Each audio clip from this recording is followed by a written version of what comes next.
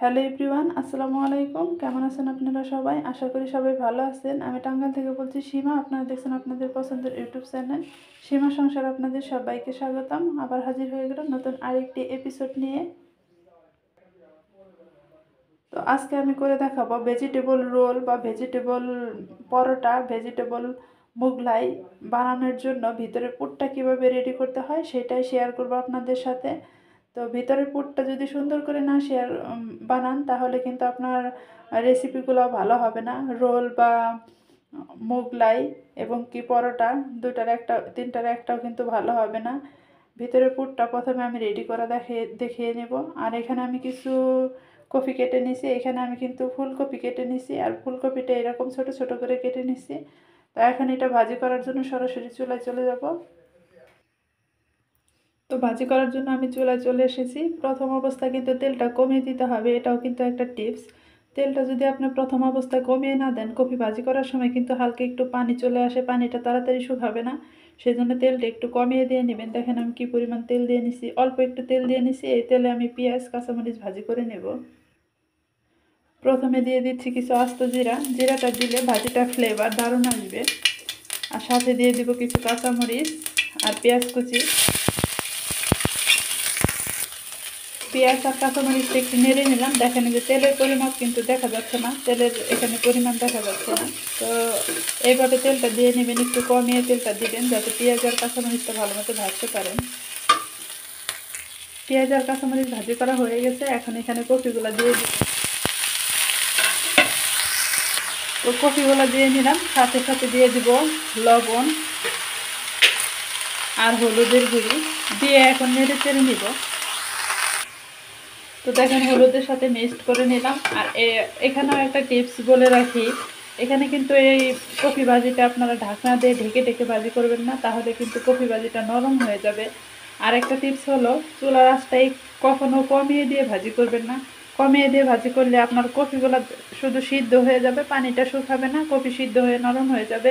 এই জন্য চুলার আঁচটা একটু বাড়িয়ে ভাজিটা করে নেবেন। এই কপি ভাজিতে কিন্তু আমি 3টা টিপস ব্যবহার করলাম আপনাদের সাথে। প্রথমে তেলটা একটু কমিয়ে দিবেন, আর দ্বিতীয়বার ঢাকনাটা ঢেকে দিবেন না, তৃতীয়বার চুলার আঁচটা একটু বাড়িয়ে দিয়ে ভাজি করবেন, তাহলে আপনার কপি ভাজির থেকে কোনো রকমের পানি উঠে আসবে না। আর যদি নরম হয়ে যায় ভাজিটা, তাহলে কিন্তু আপনার পরোটা, মুগলাই বা ভেজিটেবল রোল এগুলো কিন্তু কোনোটাই ভালো লাগবে না বা মুসমুসে হবে না। কিছুক্ষণ পর পর কিন্তু নেড়ে দিতে হবে। আর দেখেন মাঝখানে এরকম আমি একটু ফাঁকা করে দিছি। দেখেন একটু একটু পানি উঠছে আমার ভাজিতে, খুব একটা কিন্তু বেশি পানি উঠে নাই, একটু একটু দেখে বোঝা যাচ্ছে যে হালকা একটু পানি উঠছে। তো এমনি করে চতুর্দিক দিয়ে দিছি যাতে কপিটা বেশি সিদ্ধ না হয়ে গলে যায়, সেজন্য এরকম করে দিলে নিচের দিকে এখানে পানি চলে আসবে আর পানিটা সুন্দরভাবে শুকিয়ে যাবে। তো ফাইনালি আমার কপির পানিটা শুকিয়ে গেছে। দেখেন এখন এইভাবে কন্টিনিউ নাড়াচাড়া করে কিছুক্ষণ নেড়ে তারপর আমি কিন্তু ভাজি করে নিব। আর এখন এখানে অ্যাড করে দিব কিছু তেল, যেহেতু পানিটা শুকিয়ে গেছে সেই জন্য এখন তেলটা দিয়ে দিব।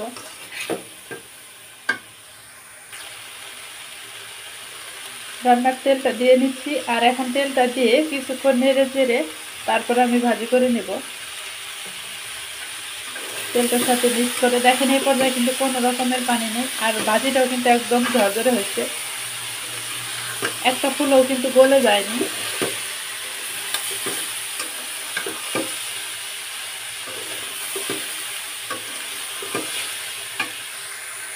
আর এখানে চাইলে কিন্তু আপনারা গাজর, ক্যাপসিকাম ইউজ করতে পারেন, দিতে পারেন। তো আমি শুধু আজকে কপি দিয়ে নিয়ে নিচ্ছি।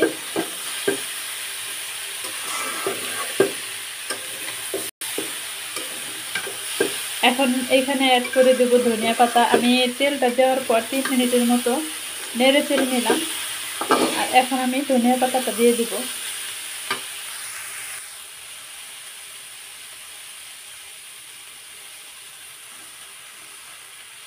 ধনিয়া পাতাটা দিয়ে তারপর আমি একটু নেড়ে,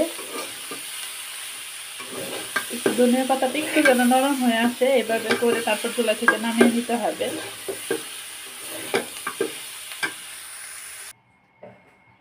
তো এই ছিল আজকে আমার ভিডিও।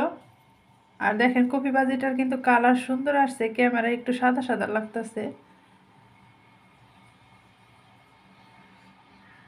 ধনিয়া পাতাটা আমি এইভাবে একটু নরম করে নিয়ে নিচ্ছি, একদম কিন্তু গালিয়ে ফেলা যাবে না বা সিদ্ধ করে ফেলা যাবে না, ধনিয়া পাতাটা এরকম একটু কাঁচা কাঁচা থাকবে। তো ভিডিওটা ভালো লাগলে অবশ্যই কিন্তু সাবস্ক্রাইব করবেন আর কমেন্টের মাধ্যমে জানাবেন যে আমার রেসিপিটা কীরকম হলো। তো আজকের মতো এই পর্যন্তই। আসসালামু আলাইকুম, আল্লাহ হাফেজ।